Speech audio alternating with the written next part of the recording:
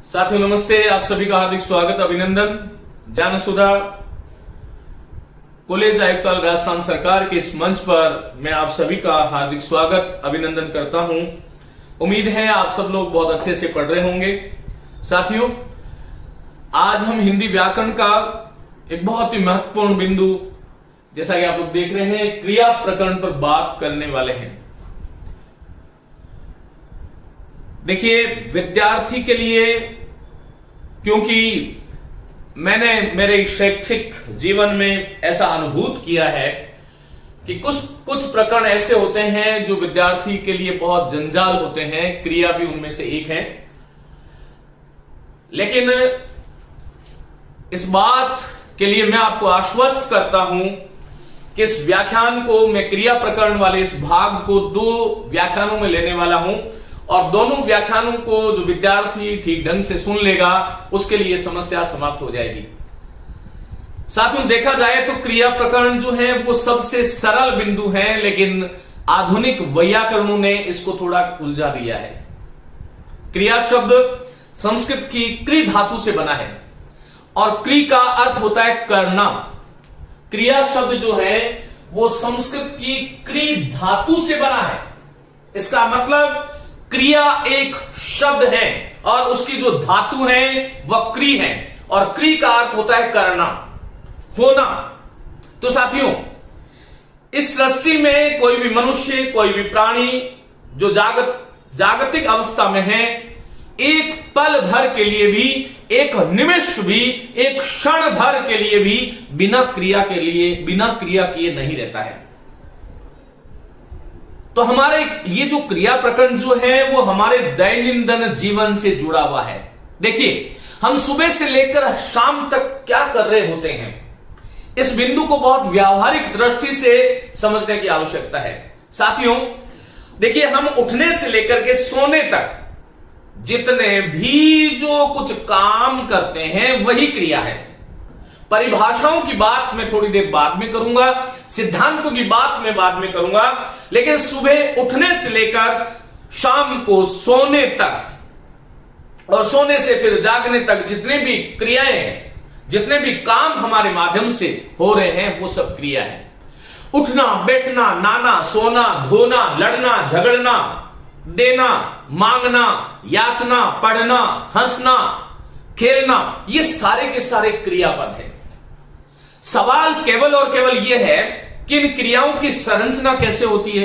देखिए विद्यार्थी, ध्यान दें, क्रिया को हमें 2 भागों पर या 2 आधारों पर देखना चाहिए। साथियों, आप ऐसे ध्यान रखो कि एक तो आपको क्रिया की संरचना आनी चाहिए कि कोई क्रिया जो है वो, उसकी संरचना क्या है, वो बनी कैसे है, उसकी व्युत्पत्ति क्या है।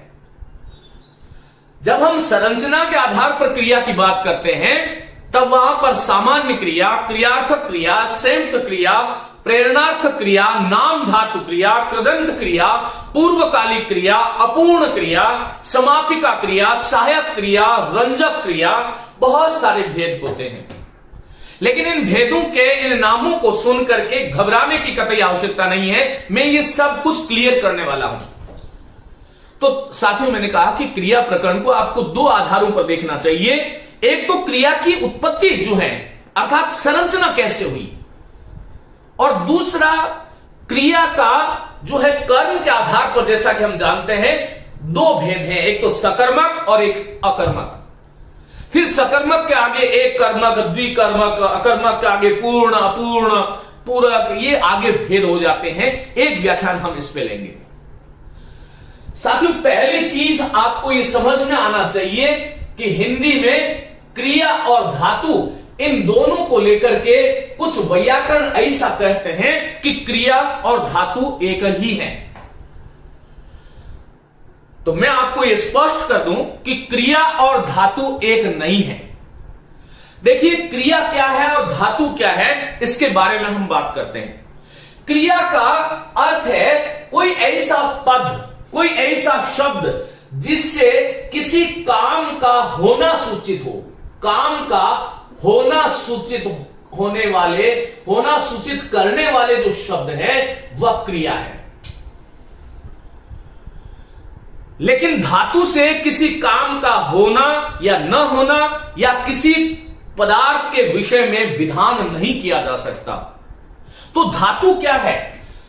जिस विकारी शब्द में प्रत्यय लग करके क्रिया का निर्माण किया जाता है, जिस विकारी शब्द में या जिस मूल शब्द में विकार होने से क्रिया बनती है वह धातु है। लिख लीजिएगा, जिस मूल शब्द में विकार होने से क्रिया बनती है वह धातु है।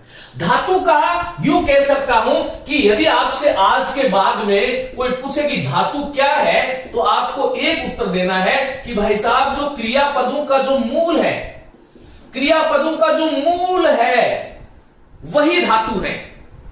या जिस शब्द में विकार होने से, या फिर जिस शब्द में विकार होने से, जिस शब्द में विकार होने से,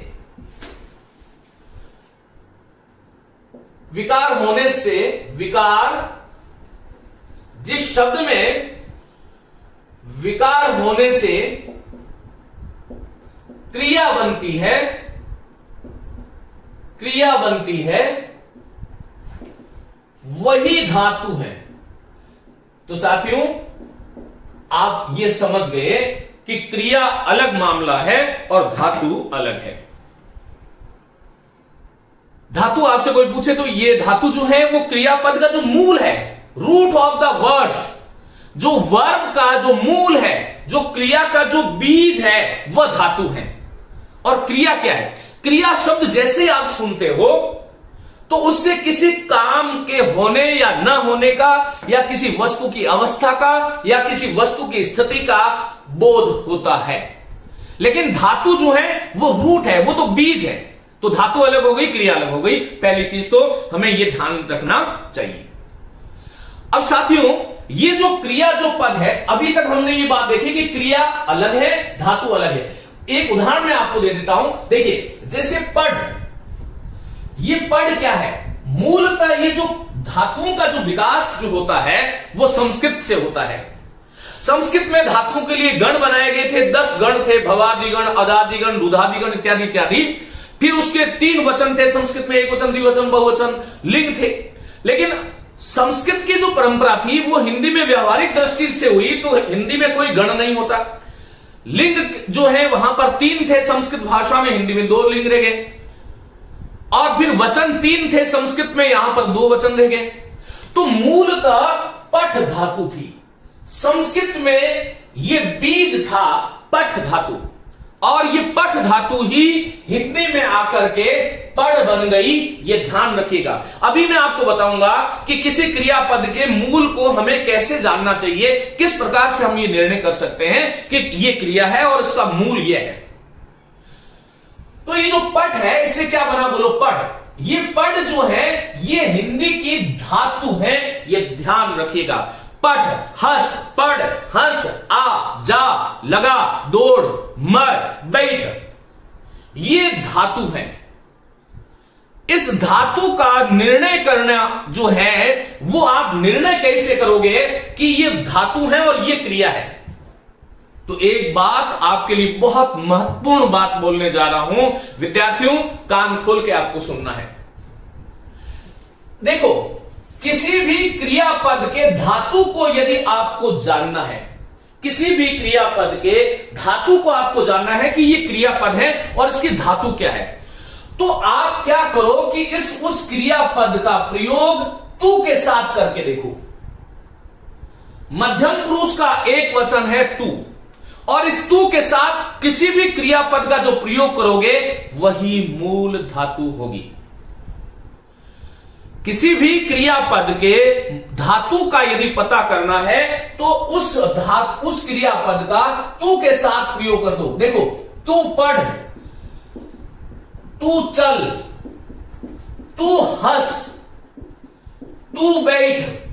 अब आपने यदि इस परंपरा को तू दौड़, इस परंपरा को यदि अपना लिया, तू मर, तू आ, तू जा, तू मांग,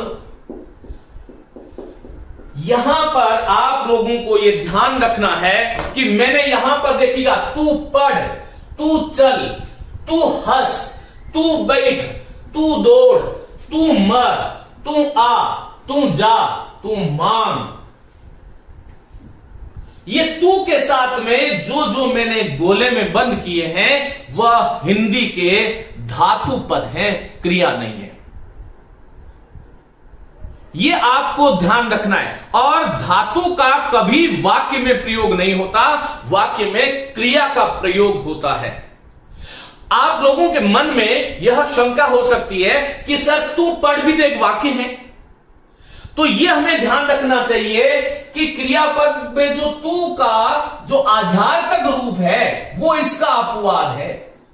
ये तू पढ़ आज्ञा दी जा रही है, तू चल, तू उठ, तू बैठ, तू आ, तू जा, तू सो, तू भाग, तू दौड़, तू मांग। ये सारा का सारा तू के साथ में उस क्रिया का आधारतक रूप जो है वही हिंदी की धातु है। इस तरीके को यदि आपने अपना लिया तो आप कभी भी गलती नहीं कर सकते। हिंदी भाषा में जो दो प्रकार के प्रत्यय मैंने आपको बताए, एक तो कृत प्रत्यय और एक तद्धित प्रत्यय। और कृत प्रत्यय का प्रयोग धातु के साथ होता है, तो किसी भी क्रियापद का मूल यदि आपको जानना हो तो तू के साथ उसका प्रयोग कर दो।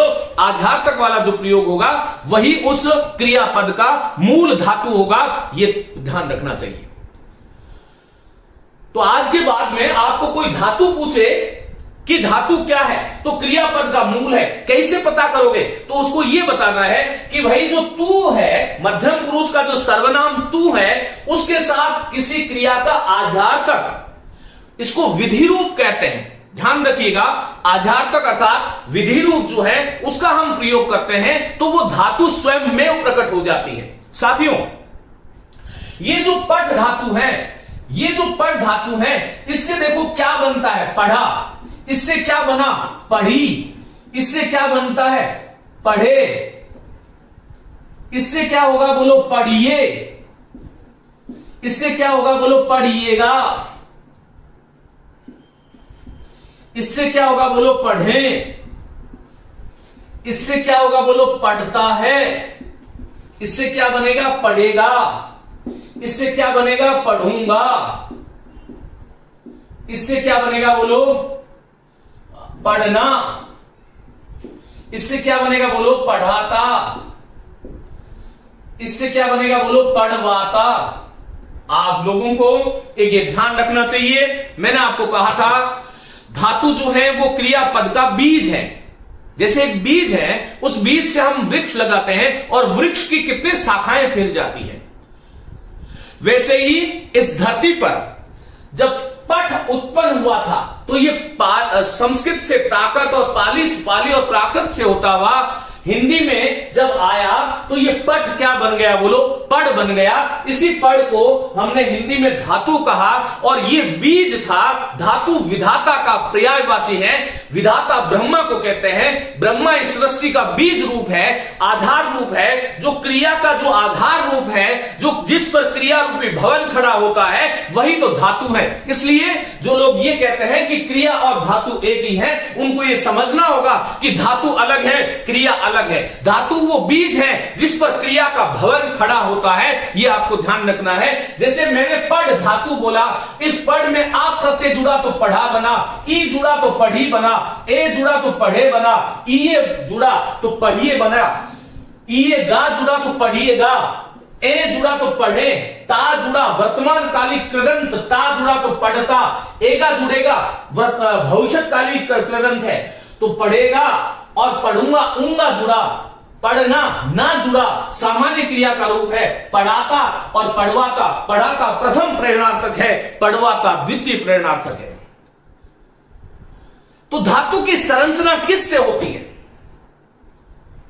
हमें यह जानना चाहिए कि ये जो धातु है, इस धातु को या इस क्रिया को हम दो रूपों में जान सकते हैं। एक तो जिसको हम बोलते हैं, इस क्रिया को हम दो रूपों में जान सकते हैं। एक तो जिसको बोलते हैं मूल धातु और दूसरा जो है वह है यौगिक। तो मूल धातु क्या है, जिसमें किसी प्रत्यय का योग नहीं है, वह मूल धातु है।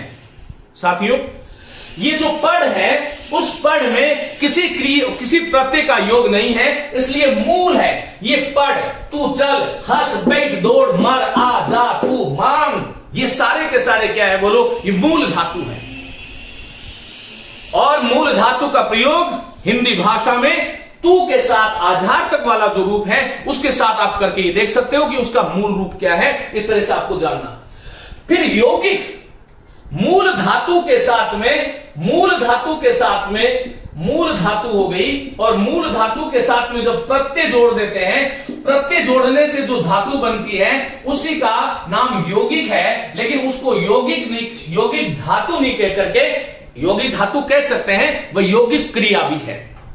या मूल कहोगे तो वो यौगिक धातु है, अर्थात वो अब ऐसी धातु हो गई है जिसमें प्रत्यय का योग हो गया है। तो इस आधार पर हमें यह जानना चाहिए कि हिंदी में यौगिक जो क्रियाएं हैं या यौगिक जो धातु हैं, जिसको हम यह कहते हैं कि साहब संरचना के आधार पर क्रिया के भेद, संरचना के आधार पर क्रिया के भेद। पहली बात तो आपसे यह कोई नहीं पूछेगा कि संरचना के आधार पर क्रिया के कितने भेद हैं, यह आपको मैं समझाने के लिए कह रहा हूं। तो साथियों, संरचना के आधार पर जो क्रिया के जो भेद है, संरचना का मतलब क्या है, ये कई बार ऐसा भी आ जाता है व्युत्पत्ति के आधार पर, कई बार ये आ जाता है कि बनावट के आधार पर। अरे ये बनावट ही तो है, पढ़ से पढ़ा, पढ़ी, पढ़े, पढ़िए, पढ़िएगा, पढ़े, पढ़ता, पढ़ेगा, पढ़ूंगा, पढ़ना, पढ़ाता, पढ़वाता, ये पूरा का पूरा भवन इस बीच पर खड़ा है। तो ये जो बनावट, व्युत्पत्ति और संरचना, अब आपने ये देखा कि इसमें पढ़ से पढ़ा बना, ये पढ़ा क्या है, ये यौगिक क्रिया है, यौगिक धातु है, उसमें पढ़ था और पढ़ के साथ में हमने आ जोड़ दिया। तो ये पढ़ा है क्या, ये भूतकालिक कृदंत है। पढ़ी भूतकालिक कृदंत है लेकिन स्त्रीलिंग है। पढ़े आधार तक विधि रूप है, पढ़िए। एक तो मैं आपको बात बीच में इस प्रसंग से अतिरिक्त बता देता हूं, मेरे विद्यार्थी जितने भी सुन रहे हैं उसको आज के बाद में यह संकल्प लेना होगा। मैं देखता हूं कि आप लोग क्या करते हो, जैसे मैंने कहा कीजिए, तो कीजिए में ये लगा देते हो, लीजिए में ये लगा देते हो। आज के बाद में ए लगाना है। किसी भी क्रिया का जो विधि रूप है, जिसको हम चाहिए अर्थ कहते हैं, उस चाहिए अर्थ में ये का प्रयोग न करें, ए का प्रयोग करें। लिखिए, इसी प्रकार से बैठिए, ध्यान रखिएगा, बैठिए, इसी प्रकार से आइए, सुनिए, लीजिए, पीजिए, एडी वाला जिसको आप ए कहते हो, उसका प्रयोग आपको करना चाहिए। तो साथियों, हम जो ये कह रहे हैं, यहां बीच में मैं बता रहा था, ये पढ़िए, तो इसमें क्या है, ये यौगिक है, इसमें ये प्रत्यय किसके साथ जुड़ा, पढ़ के साथ में। अब आपको यही समझना है। इसी प्रकार से मैंने कहा पढ़ना, आपसे किसी ने पूछ लिया कि पढ़ना कैसी क्रिया है, तो आपका उत्तर होना चाहिए कि पढ़ना जो है वो सामान्य साधारण क्रिया या क्रियार्थक क्रिया। आगे हम इसके बारे में बात करने वाले हैं। अब मैंने कहा पढ़ाना कैसी क्रिया है, तो ये प्रेरणार्थक है। कौन सा प्रेरणार्थक है, पढ़ाना। तो ये पढ़ाना जो है प्रथम प्रेरणार्थक है, और पढ़वाना कौन सा प्रेरणार्थक है, तो द्वितीय प्रेरणार्थक है। ये सारी की सारी कैसी क्रियाएं हैं बोलो, यौगिक क्रियाएं हैं, जिसको मैं बोल रहा हूं व्युत्पत्ति, संरचना, बनावट के आधार पर क्रिया भेद। इसका एक बार स्क्रीनशॉट लें, मैं आगे चलूंगा और फिर हम व्युत्पत्ति और संरचना के आधार पर जो क्रिया के जितने भी भेद हैं, इसके बारे में मैं आज आप लोगों से विस्तार से बात करने वाला हूं। साथियों, एक बात और ध्यान रखें कि क्रिया जो है वो विकारी पद है, क्रिया विकारी पद है। फिर बोल रहा हूं, क्रिया विकारी पद है, और क्रिया में जो विकार है वो लिंग, वचन, काल, वाच्य और पुरुष के अनुसार होता है। क्रिया विकारी पद है, और क्रिया में जो विकार होता है वो लिंग के अनुसार, वचन के अनुसार, काल के अनुसार, पुरुष और वाच्य के अनुसार होता है। इस बारे में मैं अगली कक्षा में बात करूंगा। अभी मैं यहां से यह शुरू करता हूं आज की कक्षा को, और वो ये है, आप देखिएगा कि बनावट कह सकते हैं, संरचना कह सकते हैं, या फिर व्युत्पत्ति कह सकते हैं, के आधार पर क्रिया के भेद, के आधार पर क्रिया के जो भेद हैं उसके बारे में हम बात करने वाले हैं। इन भेदों में हम देखिएगा पहली जो बात करेंगे वो बात करेंगे हम सामान्य धातु या सामान्य क्रिया, क्रिया शब्द का प्रयोग करूंगा अब मैं, आप लोग समझ गए होंगे। इसी का एक नाम साधारण क्रिया है, और जब इसे ही वाक्य में प्रयुक्त कर दिया जाता है तब यही जो सामान्य रूप है क्रिया का, यह क्रियार्थक संज्ञा का काम करता है। 3 नाम मैंने आपको दिए। अब यहां से आपको बहुत शांत होकर के पढ़ना है। क्रिया की परिभाषा आपसे कोई पूछे तो क्रिया की परिभाषा मैंने आपको पूर्व के व्याख्यानों में बताई है कि जिस शब्द के द्वारा किसी पदार्थ के विषय में विधान करने वाले, किसी पदार्थ के विषय में विधान करने वाले, विषय में विधान करने वाले जो शब्द है, विधान करने वाले जो शब्द हैं, वाले शब्द जो हैं वो व्याकरण में क्या कहलाते हैं, बोलो, क्रिया कहलाते हैं। ये देखो, हम कहते हैं कि ऐसा शब्द जिससे किसी काम का होना, काम, किसी घटना का घटना, किसी की अवस्था, किसी की स्थिति को बताने वाले जो शब्द हैं वो क्रिया है। ये परिभाषा है, लेकिन ये परिभाषा जो है आप ध्यान रखिएगा स्कूली परिभाषा है। जो प्रतियोगी परीक्षार्थी है उसको ये ध्यान रखना चाहिए, किसी पदार्थ के विषय में विधान करने वाले शब्द क्या है कि क्रिया है। पदार्थ क्या है, जितनी भी संज्ञाएं हैं उन संज्ञाओं के विषय में, सर्वनाम के विषय में जो हम किसी शब्द के माध्यम से जो विधान करते हैं वो क्रिया है। देखो, मैंने कहा पानी, तो पानी के साथ में मैंने पानी बरसा, पानी गिरा, पानी बहा, पानी फैला, घोड़ा आया, घोड़ा बैठा, हाथी है, तो कहीं अवस्था है, कहीं स्थिति है। इस प्रकार किसी भी पदार्थ, राम जा रहा है, तो ये जो है किसी राम के विषय में जा रहा है, इन शब्द समूह से हम विधान करते हैं, और वो विधान करने वाले जो शब्द हैं वही क्रिया कहलाते हैं। ये आप ध्यान रखिएगा, विशेष बात है। अब मैंने आपको कहा कि बनावट और संरचना के आधार पर जो पहली जिसका मैंने नाम दिया है वो 3 नाम मैंने आपको दिए हैं कि सामान्य क्रिया, साधारण क्रिया, और उसी सामान्य क्रिया के सामान्य रूप को या साधारण रूप को जब हम वाक्य में प्रयोग कर देते हैं तब वो क्रियार्थक संज्ञा बन जाती है। साथियों, आपको ये ध्यान रखना है कि जो जिसे मैंने धातु कहा, धातु के साथ जब आप ना जोड़ देते हो और ना जोड़ने से जो क्रिया का रूप बनता है वो सामान्य क्रिया कहलाता है, वो सामान्य क्रिया कहलाता है। जैसे देखिएगा, पढ़ क्रिया थी, धातु थी, इसके साथ में ना जोड़ा, बोलो क्या बना, पढ़ना। हिंदी में क्रिया है हो के आगे ना जोड़ा, बोलो क्या बना, होना। इसी प्रकार से मैंने आ है, आ क्रिया है, ना जोड़ा, बोलो क्या बना, आना। इसी तरह से हंस क्रिया है और मैंने ना जोड़ा, बोलो क्या बना, हंसना। इसी प्रकार से मैंने कहा टहल क्रिया है, टहल क्रिया है, और टहल के साथ में मैंने ना जोड़ा, बोलो क्या बना, टहलना। अब मैंने आपसे केवल शब्द दिया कि टहलना क्या है, कि यह सामान्य क्रिया है या साधारण क्रिया है। तो जिन जिन भी क्रियाओं के अंत में, फिर से ध्यान रखिएगा, जिन जिन भी क्रियाओं के अंत में ना आ जाता है, ना आने वाली जो क्रियाएं हैं वो सामान्य या साधारण क्रिया कहलाती है। लेकिन यहीं से आपसे जो प्रश्न पूछा जाता है वो आपसे एक प्रश्न देगा, प्रश्न में पूछेगा किस वाक्य में क्रिया का प्रयोग, किस वाक्य में क्रिया का प्रयोग क्रियार्थक संज्ञा या फिर संज्ञार्थक क्रिया, ये दोनों नाम है इसके, के रूप में हुआ है। तो ये सामान्य और साधारण क्रिया जिसको मैं कह रहा हूं उसका जब हम वाक्य में प्रयोग कर देते हैं तब वह क्रिया क्रियार्थक संज्ञा या फिर संज्ञार्थक क्रिया कहलाती है। दोनों प्रश्न आते हैं।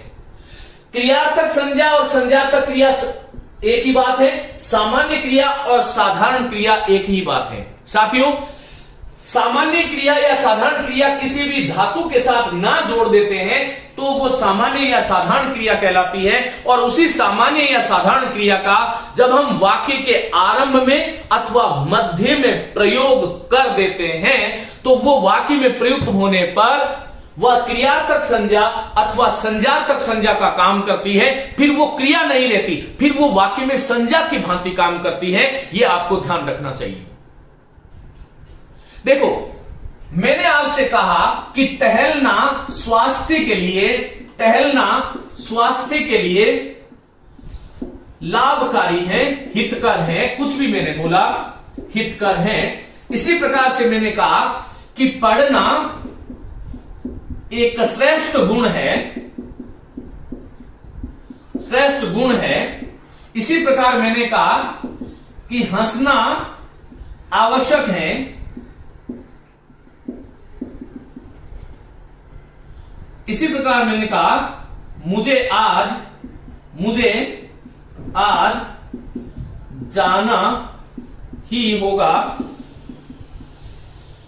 जितने भी, देखो अब इसमें टहलना, पढ़ना, हंसना और जाना, साथियों बहुत महत्वपूर्ण बात बता रहा हूं। इसमें टहलना, पढ़ना, हंसना और जाना ये क्रिया नहीं है, इसका नाम है क्रियार्थक संज्ञा या फिर इसका नाम संज्ञार्थक क्रिया भी हो सकता है। यह आपको ध्यान रखना है। टहलना, पढ़ना, हंसना और जाना।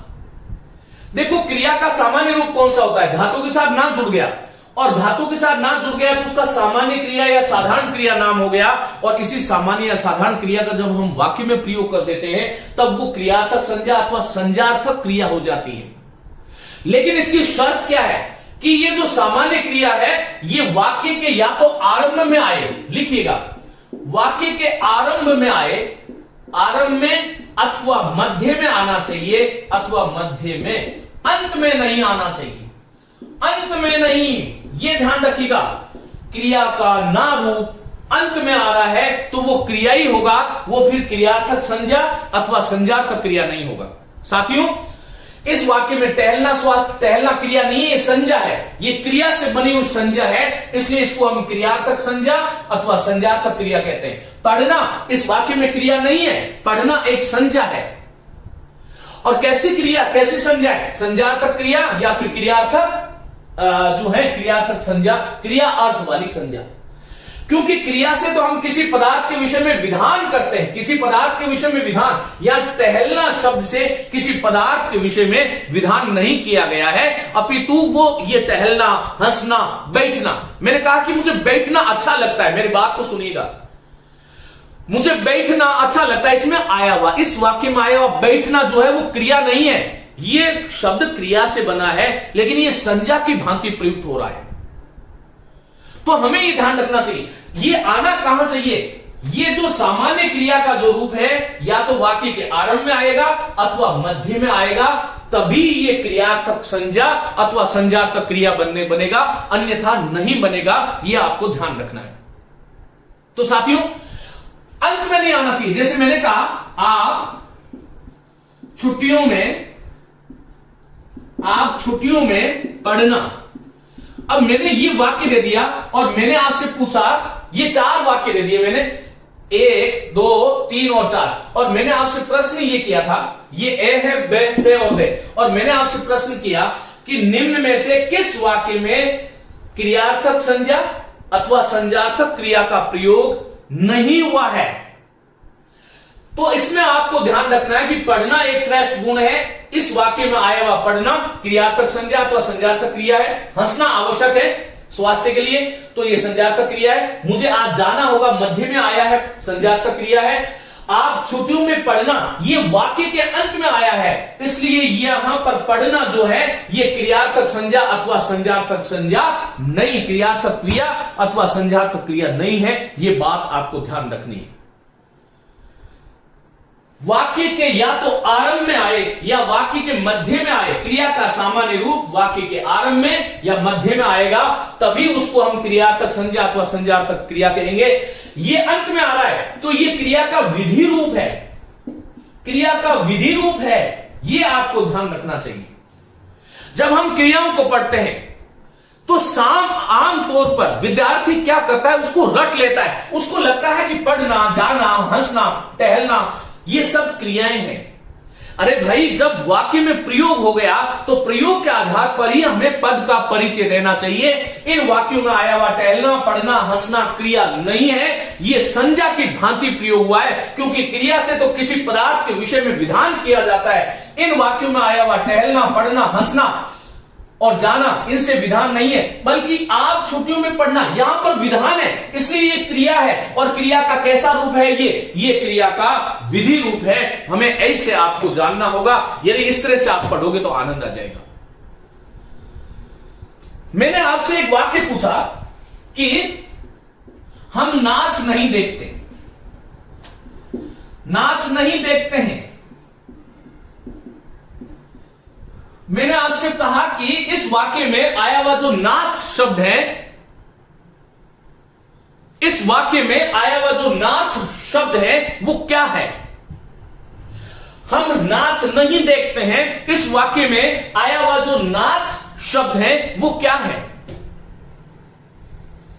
और आपको यह लगेगा कि नाचना, बैठना, उठना ये तो क्रिया है, ये क्रिया नहीं है। इस वाक्य में आया हुआ ये नाच जो शब्द है ये भाववाचक संज्ञा है साथियों, ये ध्यान रखिएगा।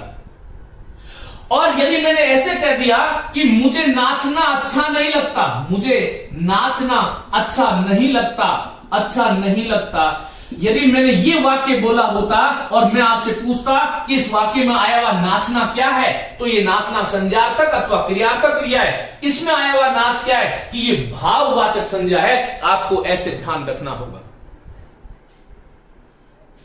और इसी प्रकार से यदि मैंने कहा कि तू आज शाम को नाचना, तू आज शाम को नाचना, तो यहां पर वाक्य के अंत में आ गया तो वो क्रिया हो जाएगा और क्रिया का सामान्य रूप हो जाएगा, यह आपको ध्यान रखना चाहिए।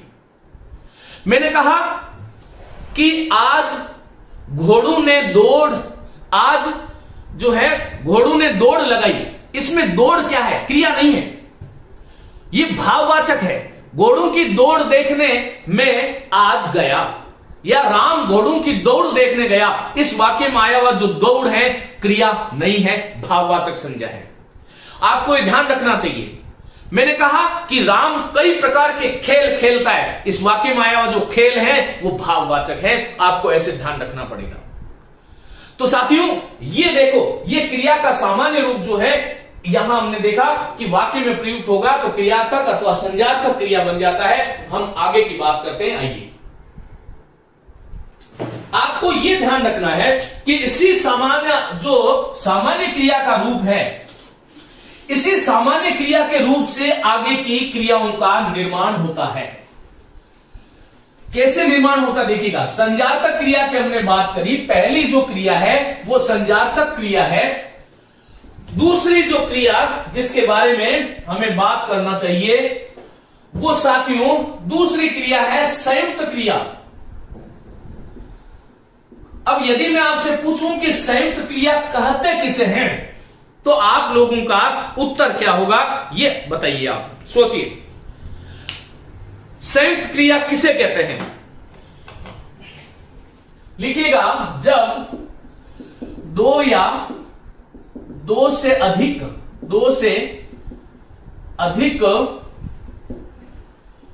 भिन्न भिन्न अर्थ वाली जब दो या दो से अधिक भिन्न भिन्न अर्थ वाली क्रियाएं मिलकर पूर्ण क्रिया का बोध कराती हैं,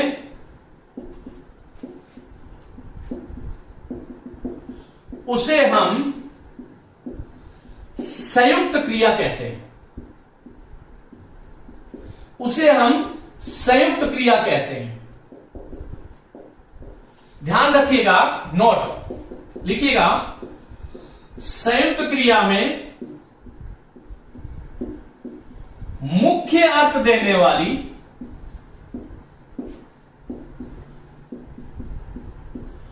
मुख्य क्रिया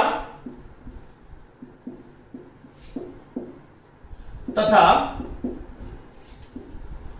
मुख्य क्रिया का साथ देने वाली या मुख्य क्रिया के अर्थ में या मुख्य क्रिया के अर्थ में पूर्णता लाने वाली क्रिया जो है, क्रिया को रंजक क्रिया अथवा सहायक क्रिया अथवा कृदंत क्रिया कहा जाता है।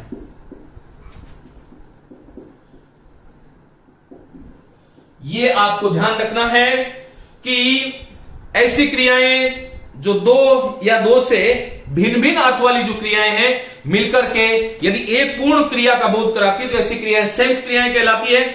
संयुक्त क्रियाएं जो है उनका निर्माण एक मुख्य क्रिया से, मुख्य क्रिया के साथ रंजक क्रिया हो सकती है, सहायक क्रिया हो सकती है, सामान्य क्रिया हो सकती है, अर्थात अथवा उस मुख्य क्रिया के साथ कृदंत क्रियाओं का मेल भी हो सकता है।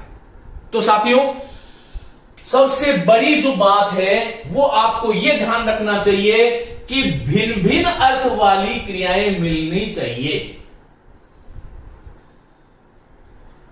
मैं बहुत बार पुस्तकों में देखता हूं, वो लिखते हैं कि दो या दो से अधिक क्रियापद मिलकर के संयुक्त क्रियाएं बनती है। नहीं, देखो, दो या दो से अधिक क्रियाएं मिलकर के संयुक्त क्रियाएं ये बनती है, इसमें कोई संदेह नहीं है, लेकिन वो भिन्न भिन्न अर्थ वाली क्रियाएं होनी चाहिए, तभी संयुक्त क्रिया बनेगी, अथवा सजातीय क्रिया भी बन सकती है।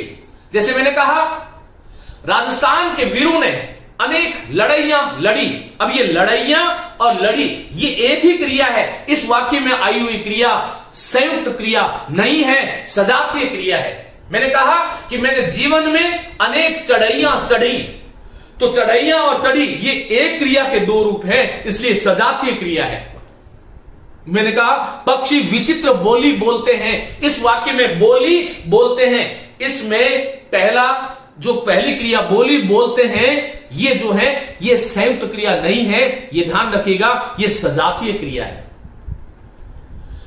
ये आपको सदैव ध्यान रखना चाहिए कि संयुक्त क्रिया में आई हुई दोनों क्रियाएं जो हैं वो अलग अलग होती हैं। जैसे मैंने कहा कि इस समय वह पढ़ रहा होगा। साथियों, आपसे यह पूछेगा कि इस वाक्य में क्रिया किस प्रकार की क्रिया का प्रयोग हुआ है। वह इस समय पढ़ रहा होगा या इस समय वह पढ़ रहा होगा। इस समय वह पढ़ रहा होगा या पढ़ रहा है या पढ़ रहा था। हमें यह ध्यान रखना होगा कि इसमें पढ़ रहा और होगा ये तीन अलग अलग क्रियाएं हैं। तभी मैं कह रहा हूं कि दो या दो से अधिक भिन्न भिन्न अर्थ वाली, क्योंकि इसमें एक क्रिया है पढ़ना, एक क्रिया है रहना और एक क्रिया है होना। ये ध्यान रखिएगा, पढ़ना से पढ़, रहना से रहा और होना से होगा। ये तीन क्रियाएं थी और तीनों अलग अलग अर्थ वाली क्रियाएं थी, तब इसका नाम संयुक्त क्रिया हुआ। ये ध्यान रखिएगा। जैसे मैंने कहा छात्राओं को अब जाने दो, छात्राओं को अब जाने दो। इस वाक्य में आया हुआ पहला क्या है, जाने, तो इसका मूल रूप है जाना और आगे क्या है, देना। जाना और देना दो भिन्न भिन्न अर्थ वाली क्रियाएं एक वाक्य में प्रयुक्त हुई, इसलिए इसका नाम क्या हो गया, बोलो, संयुक्त क्रिया हो गया। इसी प्रकार से मैंने कहा कि मैं यदा कदा उससे मिल लिया करता हूं। साथियों, इसमें देखो चार क्रियाएं हैं। पहली क्रिया थी मिलना, मिलना का मिल रहा, फिर लिया, लेना का लिया हुआ, मूल क्रिया ले थी, ना इसलिए जोड़ रहा हूं सामान्य रूप वाला। फिर था करना, और हूं जो है वो होना का रूप है। ये आपको ध्यान रखना चाहिए कि संयुक्त क्रिया उसे ही कह सकते हैं जिसमें दो भिन्न भिन्न अर्थ वाली क्रियाएं मिलकर के किसी एक क्रिया के अर्थ को पूर्ण करती हैं, उसे ही हम संयुक्त क्रिया कहते हैं। ये आपको ध्यान रखना चाहिए। इनमें आया हुआ होगा, दो, किया, हूं, ये सहायक क्रिया है। अब मैंने आपसे कहा कि इस समय वह पढ़ रहा होगा। इस वाक्य में आई हुई क्रिया कैसी है कि इस वाक्य में आई हुई क्रिया संयुक्त है। अब मैंने आपसे थोड़ा आगे पढ़ करके एक प्रश्न पूछ लिया, इस समय वह पढ़ रहा होगा में मुख्य क्रिया कौन सी है? पढ़ रहा होगा, रहना, होना। ये इस पढ़ के मुख्य क्रिया का जो अर्थ था उसको पूर्णता प्रदान कर रही है, इसलिए यह सहायक क्रिया है। और मैंने कहा छात्रों को अब जाने, तो जाना मुख्य क्रिया है, दो जो है मुख्य नहीं है, सहायक क्रिया है इसकी। मैं यदा कदा उससे मिलना मुख्य क्रिया है, लिया करता हूं। ये इस मिलना के अर्थ को स्पष्ट करने के लिए वाक्य में प्रयुक्त हुई। मैंने कहा कि मैं अक्सर यहां आ जाया करता हूं, तो आना, जाना, करना, होना, चार क्रियाओं का प्रयोग हुआ। भिन्न भिन्न अर्थ वाली क्रिया है, संयुक्त क्रिया है। मैं समझता हूं कि मेरे विद्यार्थियों की बात समझ में आ गई कि आज के बाद में आपसे कोई सहायक क्रिया के विषय में पूछे तो कहीं कोई शंका नहीं होगी, मैं ऐसा समझता हूं। साथियों, मैंने आपको कहा कि संयुक्त क्रिया में मुख्य अर्थ देने वाली मुख्य क्रिया और मुख्य क्रिया के अर्थ में पूर्णता प्रदान वाली करने वाली क्रिया को रंजक क्रिया कहते हैं। आखिर ये रंजक क्रिया होती क्या है? रंजक अर्थात विशिष्टता प्रदान करना, मूल क्रिया के अर्थ में जो विशेषता उत्पन्न कर देती है। फिर से सुनिएगा, मूल क्रिया के मुख्य क्रिया के अर्थ में जो विशेषता उत्पन्न कर देती है उसका नाम रंजक क्रिया है। और रंजक क्रिया के रूप में प्रयुक्त जो क्रिया है वो अपना स्वयं का जो अर्थ है वो खो देती है और खो करके अन्य संदर्भों में प्रयुक्त होती है। देखो, जैसे मैंने कहा उठना, उठना क्या है? बोलो, सामान्य क्रिया है। बात समझ में आ रही है? उठना लेकिन इस उठना का रंजक प्रयोग देखिएगा। मैंने कहा बरसाती बादलों को देखकर, बरसाती बादलों को देखकर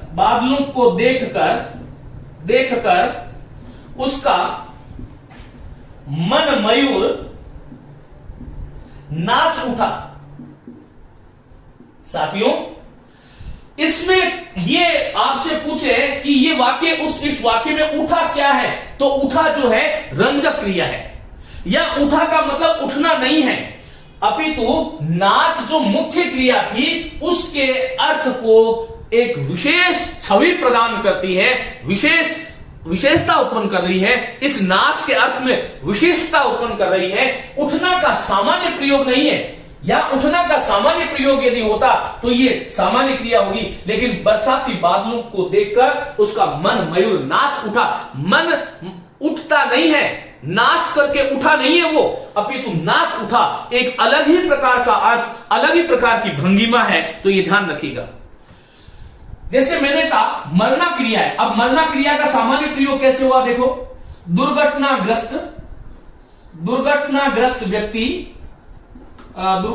व्यक्ति मर गया। इस वाक्य में ये मर जो है इसका, इस क्रिया का एक सामान्य प्रयोग है। यह क्रिया का सामान्य प्रयोग है, यह ध्यान रखिएगा। और मैंने कहा कि लड़ झगड़ कर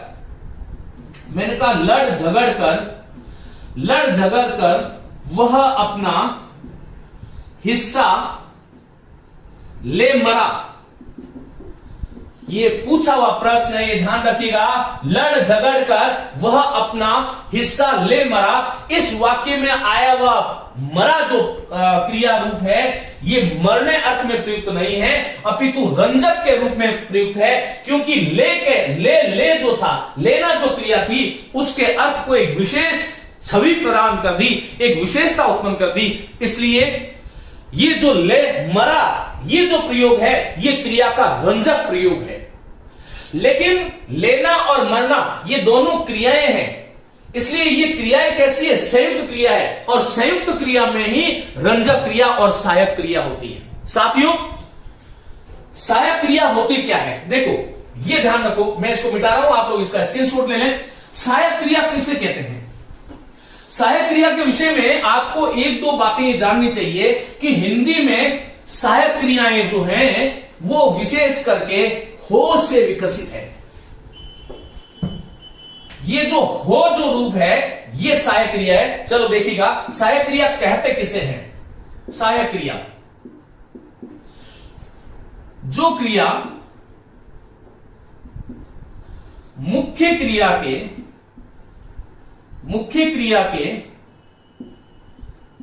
कालों की रचना करती है, कालों की रचना करती है, सामान्य रूप से हम उसे सहायक क्रिया कहते हैं, जो काल की बोधक है। और इस काल की बोधक में देखो, हो जो था इसका रूप एक बनता है, बहुवचन में बनता है, भूतकाल में बन जाएगा था, ये ध्यान रखिएगा। इसी प्रकार रहा, रही, रहे, इसी प्रकार होगा, होगी, होंगे, ये जो है जिसे हम इज, आर, एम कहते हैं, जो हेल्पिंग वर्ब है, वह जो है वह सहायक क्रिया है। यह ध्यान रखिएगा, जो क्रिया मुख्य क्रिया के काल की रचना करती है, काल रचना में सहायक, मुख्य क्रिया के रूप में आकर, मुख्य क्रिया के साथ में आकर के जो मुख्य क्रिया के अर्थ को पूर्ण करने वाली जो क्रिया है वह सहायक क्रिया है। यह ध्यान रखिएगा। एक बहुत महत्वपूर्ण बात जो आपको ध्यान रखना चाहिए कि जिस वाक्य में मुख्य क्रिया नहीं होती, जिस वाक्य में मुख्य क्रिया नहीं होती, वहां पर सहायक क्रिया भी नहीं होती। यह ध्यान रखिएगा। यदि मुख्य क्रिया होगी तभी सहायक क्रिया होगी, मुख्य क्रिया नहीं है तो सहायक क्रिया भी नहीं है। मैंने आपसे कहा कि मेरे पिताजी, लिखिएगा, मेरे पिताजी अध्यापक हैं, अध्यापक हैं। अब परीक्षक आपसे ये पूछेगा कि इस वाक्य में है क्या है, तो है क्या है? सहायक क्रिया है क्या? सोचिए। सहायक क्रिया वहीं पर होती है जहां पर मुख्य क्रिया होगी, मुख्य क्रिया नहीं है तो सहायक क्रिया भी नहीं होगी। यह विशेष बात है, आपको ध्यान रखनी है। इस वाक्य में अध्यापक ये पूरक पद है, संज्ञा पद है, और ये है जो क्रिया है ये अपूर्ण है। यहां पर ये जो है ये सहायक क्रिया नहीं है।